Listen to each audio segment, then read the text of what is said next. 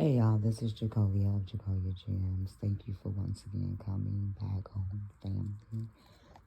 So, if you happen to be new here, I definitely hope that you hear something today that could persuade you to stay.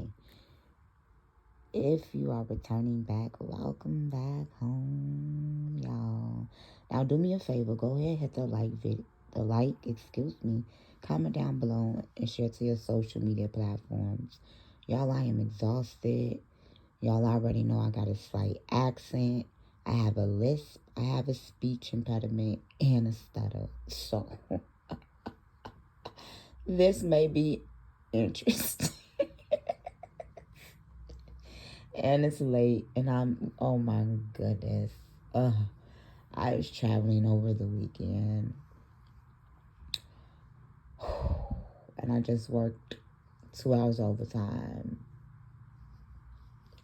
And I'm tired, y'all. So I wanted to do a story time. I wasn't sure how I was going to do it. I still don't even know exactly what I'm going to say and how I'm going to say it. It's just, I'm going to do my best to tie this all in. While talking in supposed allegories. I mean, that's what I get accused of sometimes. But I'm a poet, so I talk how I talk, right? So this weekend, I took my children to Virginia Beach. I have a rule that if I go somewhere, I'm going to do my best to make sure I take my children with me or take them back. I want them to be able to see the world through my eyes as I see the world through their eyes, with regaining that which was lost for me in childhood by allowing them to be in safe places to heal their nervous systems earlier than my healing began, right? So we chilling. We stayed at a really nice hotel, the Hilton Oceanfront, and it was really nice. Like, I'm not even gonna hold you. I like the hotel a lot. Our room was on the 16th floor. We had a private balcony. It was oceanfront view. It was a heated indoor pool. It had a heated outdoor pool, heated jacuzzi, and igloos on the rooftop. Where people come to have dinner at. So, and it also had like this Miami themed cocktail bar downstairs with the breakfast lounge attached. So, I take my kids swimming. And I'm looking like a mom because that's just how I look. I'm a mom. My mom was 40 years old. Like, what? I have on a one piece. And I actually have on two tops at the top.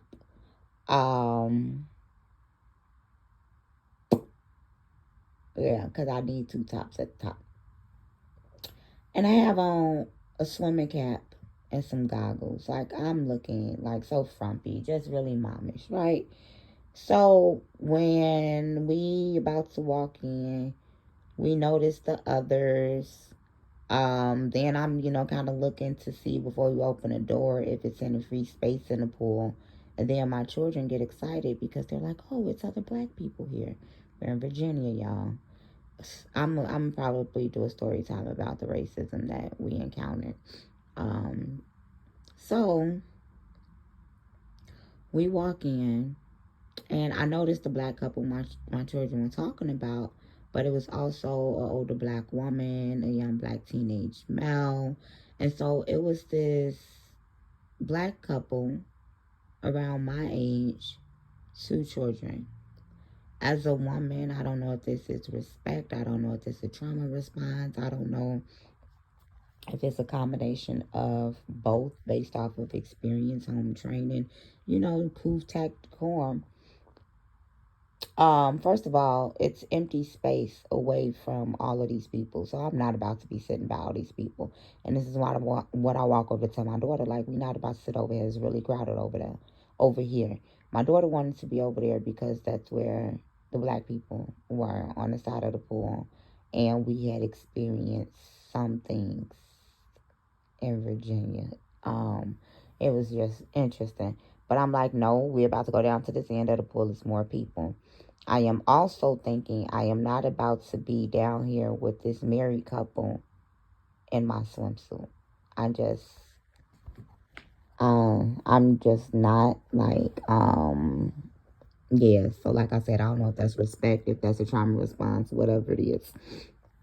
So I noticed that this man is literally standing up at the opposite end of the pool with a big old grin on his face, staring a hole through me. And it made me so uncomfortable. My daughter was like, did he really just do that? And I said, yeah. And then for the rest of the time, like, I'm like, I ain't looking over there, nothing, keeping it cute.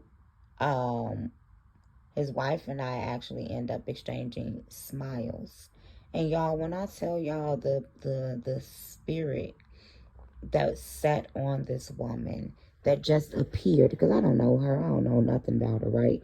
That just appeared to be so gracious, so soft, so meek, such a wife. Like, her children were sweet and well spoken and well mannered and well behaved and put together. And here go this Negro just hawking down at me in front of his wife, his children, my children, and all of these people in front of this at this pool. And so I'm just like, okay, whatever.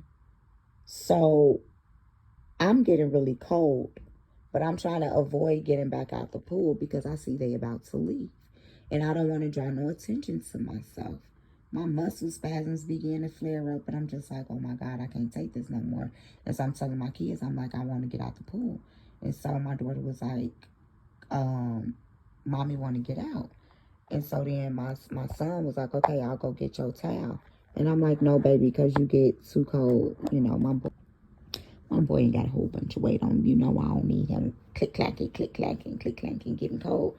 So my daughter gets out and she holds the towel up and she wraps me up so I could be nice and concealed getting out of the pool or whatnot. So they leave, I leave, I go to the room, I tell my kids, I'm like, I'm finna go take a shower and I'm finna go sit down at the bar for a little while and have me 1 or 2 drinks. Because these days, like, I'm really not a drinker anymore at all. And I'm really believing I'm probably end up being completely sober very soon. But, I'm on vacation, so I'm like, whatever.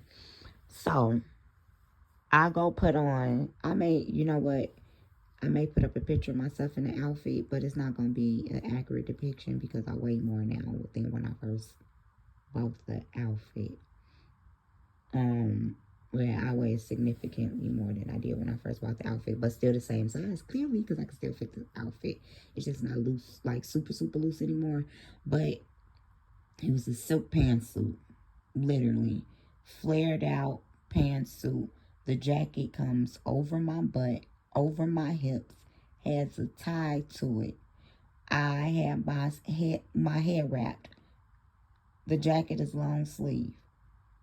I even had on socks with my slides, y'all, when I went down to this bar. I'm not exaggerating. And I normally take a book down with me, but I'm like, no, just try to relax. You ain't gonna be down here no time. So I'm walking to the bar, and I'm scanning, because when I'm by myself, I typically sit at the bar. And I'm really not moving from the bar so that the barkeeps can keep a close eye on me. Like, that's just what you're supposed to do. So I see a seat and I'm like, let me sit down. And I'm like, I think that this is this man from the pool. But it's okay because I'm not finna say nothing to him. I see an old head black man sitting there too. So I'm like, I know me, if anything, I'm end up engaging in conversation with this old head or sitting here not saying absolutely anything. That's honestly, that's typically how it go.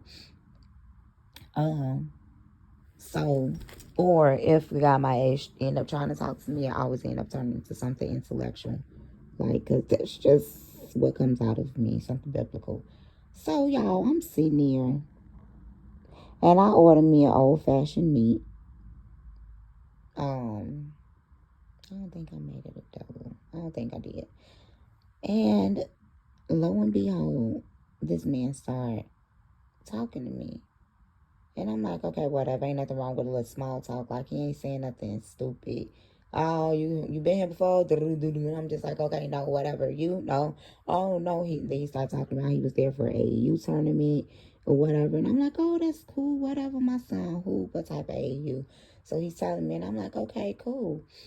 You know, like, the conversation could be what it is. So then he started asking me, like, what I do for a living or whatever. And all these other things. I'm like, okay. Anyway. So, I had pulled out my phone at one point because I'm, like I said, I'm writing a book. And I was like, actually, I'm in the middle of relaxing, unwinding.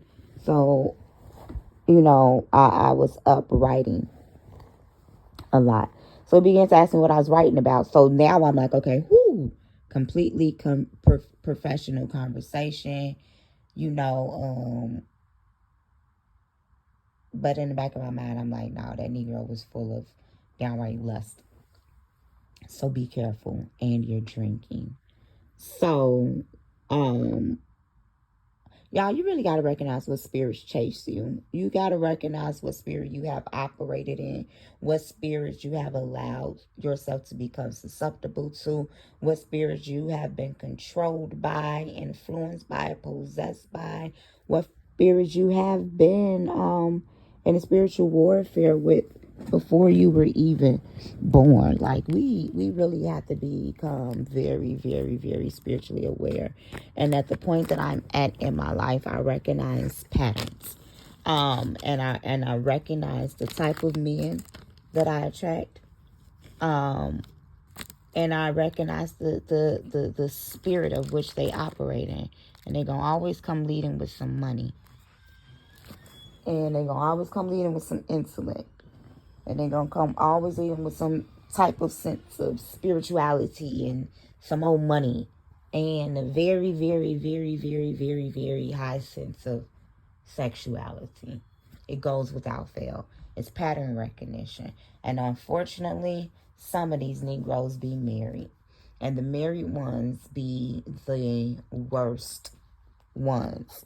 They look at it as as a bigger power trip than a single man, and it's quite disturbing, especially the type of married men that would prey on me when I was younger, and I didn't even recognize that it was predatory behavior until my big sister pointed out to me. I'm talking sending videos, sending money, sending flights, sending tickets, sending, like, just strategically breaking down. And when you are the type of person that I am, that's just like, you take responsibility for everything. Even when you're not wrong, you can figure out how you are wrong. Just so that you can see stuff from the other person's point of view. And that has been very detrimental to me. These type of men, and I told this married man this, I said, these type of men can sense a wound. They can sense the spirit of molestation. They can sense the spirit of whoredom. They can sense low self-esteem, low self-worth. They can sense high sexuality and high sensuality. They can sense the ability to detach and to not care. They can sense everything in you that's just like them. And they will prey on it. And they will break you down. Because you have everything that's just like them. You also have the things that they know they don't deserve. It's a conundrum. It's a conundrum.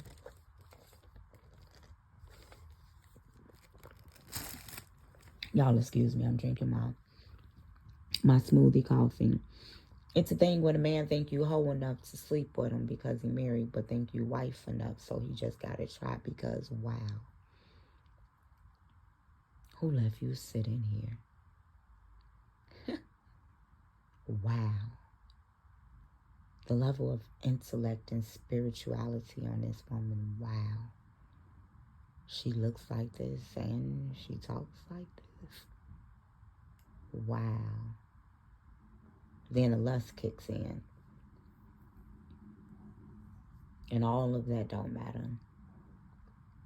They still seek to humble you. Still seek to wreck you. Still seek to ruin you. And it's up to us if we succumb to the spirits of which they operate in, the spirits that tantalize our flesh.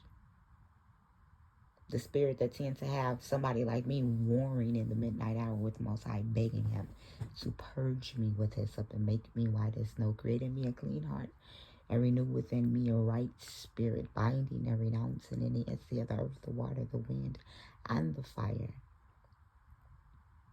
Binding and renouncing the Asmodeus, the Malek of lust. Like all of these different keys to the kingdom.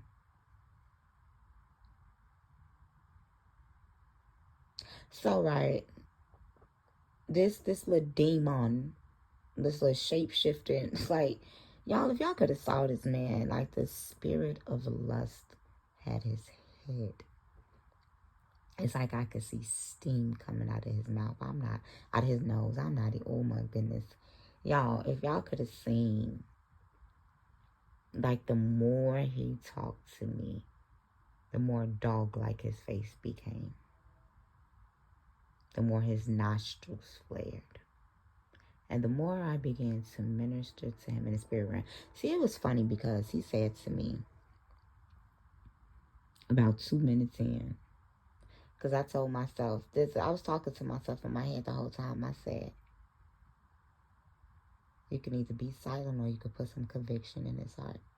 And you can speak to that spirit that's behind him, that's just going to jump off or, you know, come on the next brother. So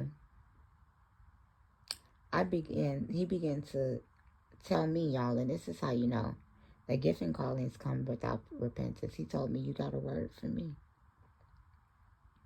Tell me what you see. This happens to me often, and I actually laughed when he said that, and I said, y'all niggas always do this. This happens to me often. Why you pulling on me spiritually? Why you want me to tell you something that you already know yourself? I just want to see if you know what you think you know. I said, you don't need to know nothing. You know everything that you need to know. And I'm not about to open up to you spiritually. And he was like, oh, you ain't got no words. I said, I have plenty words. I'm just very careful with that, which it is that I say. And silence speaks. And he's like, that's true body language. I said, no, I'm talking spiritual. I can say something to you without ever uttering a word because of how the Ruach HaKodesh rests on my life. See, I had to divert him. But of course, he took it back to physicality. And I said, Y'all, I began to tell this man that as a man, you are protector, you are provision, and you are foundation. If you continue to make your homes acceptable, your wife and your children will pay for it. Because if the head is sick, the body shall die. Ignoring all that, he asked me if I ever been with a married man before. I began to tell him what I said just a few minutes ago in this video.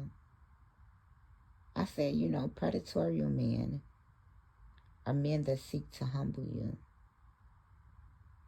because they know that fawning is your traumatic response. I said, what pleasure would a woman truly gain out of sleeping with that which does not belong to her and that which does not provide for her? I said, a what behind? We almost 40 years old. I'm quite sure we both know what sex feels like. I am not at the point in my life where I will humble myself to make somebody else feel better than they could ever make me feel at any given moment. Because of who I am, I recognize the power that my womb has and how only a low man would desire to humble the daughter of Zion. The real life conversation. Funny thing is, the Negro may see it.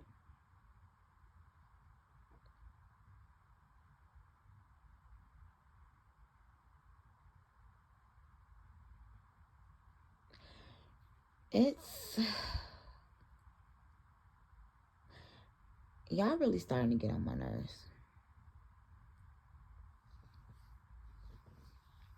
Y'all really starting to get on my nerves. I don't get talked to a lot. Don't nobody really be humping down my DMs like that. And I'm thankful for it. The men that do, y'all are really starting to get on my nerves. I told him this.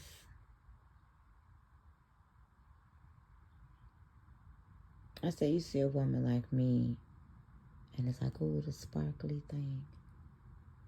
She should be up on the shelf. But let her put her on mine, even though mine already belongs to somebody else's. What is wrong with y'all? Like, for real. Why y'all be willing to risk y'all homes, y'all livelihood, y'all wives, flesh of your flesh, bone of your bone, the reflection of you? And if you are a reflection of the Most High, she's the reflection of Him, which makes her Hava and the earth. Y'all supposed to honor the wife of you. If you do not honor your wife, your prayers are not heard. They barely want y'all. And I had to tell him this. I began to ask him, I said, your wife know you down here talking to me? I said, you should call her and ask her it's okay if you down here talking to me. Are you a polygamist? Can you even afford to have this conversation? Y'all niggas be too broke to be doing the cheating that y'all be doing. Y'all not polygamous. Y'all are little boys full of lust. We are old, y'all. Let's sit down. Leave me alone.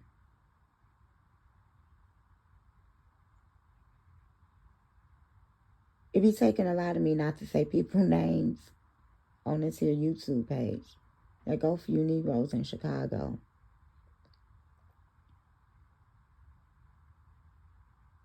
That goes for Mr. Negro in New York. Like, y'all really, really, really gotta relax. Because I don't know what y'all gonna do when I pop out with my man. Like, y'all gonna really have to relax. This is Jacoya Gems. Food for thought.